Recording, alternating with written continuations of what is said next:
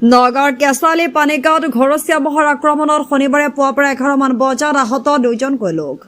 নগাঁও চহৰৰ মাজমজিয়াত এইবাৰ ঘৰচীয়া মহৰ সন্ত্ৰাস। এটা ঘৰচীয়া মহে আক্ৰমণ কৰে 2জনকৈ লোকক।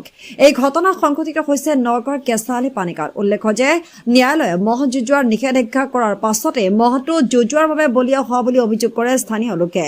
তাজান আলী নামৰ এজন ব্যক্তিৰ 4 দিন ধৰি নিখোজ হৈ আছিল মহটো। আনহাতে মহটোৰ সন্ত্ৰাসত আতংকিত হৈ পৰে কেঁচালী পানীগাঁও ৰাইজ। শুনা পাইছোঁ মোক ফোন কৰিছে এজনে যে এনেকৈ মহ ওলাইছে। তাৰপিছত আহিলোঁ মই চাব তাৰ পোহনীয়া মইতো মানে তাত মানে খেল পাতিছে কিবা মহৰ বিহু বুলি মহৰ যুঁজ দিছিলে।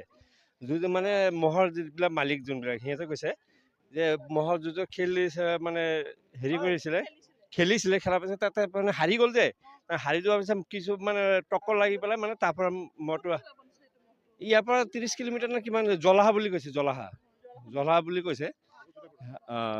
বুলি কৈছে বলীয়া হৈ গ'ল মানে মহৰ মালিকটো কেইবাদিন ধৰি মহটো বিচাৰি আছিলে। বিচাৰি ইয়াত আহি পেলাই পালে। মানুহৰ আক্ৰমণ কৰিছিল ইয়াতে ল'ৰা এটাক আক্ৰমণ কৰিছিল। একদম ইয়াত শিং মাৰি পেলাই একদম ওপৰত দি উঠাই পেলাই দিছিল তাক।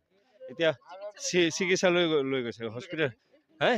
ইয়াতে এইখিনিতে পানীগাঁও 4 খুঁটি আহিছে শুনা পাইছোঁ আহিছে এতিয়া।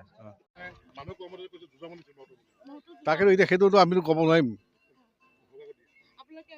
আমি আহি চাইছোঁ এইটো ঘৰ এতিয়াতো যিহেতু ঘৰচীয়া মহ আমাক কৰিবলগীয়া একো নাই। সেইটো নাই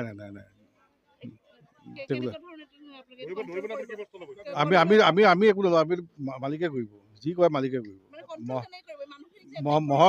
মহৰ মালিক আছে মালিকে কৰিব বা এইযোৰ যি বলীয়া হৈছে নে কি হৈছে একো চাৰ্টিফিকেট দিয়া নাই। তেওঁহে কৈছে ডক্তৰহে দিব। তেওঁ ডক্তৰ নেকি? সেইখিনি প্ৰশাসনে ল'ব।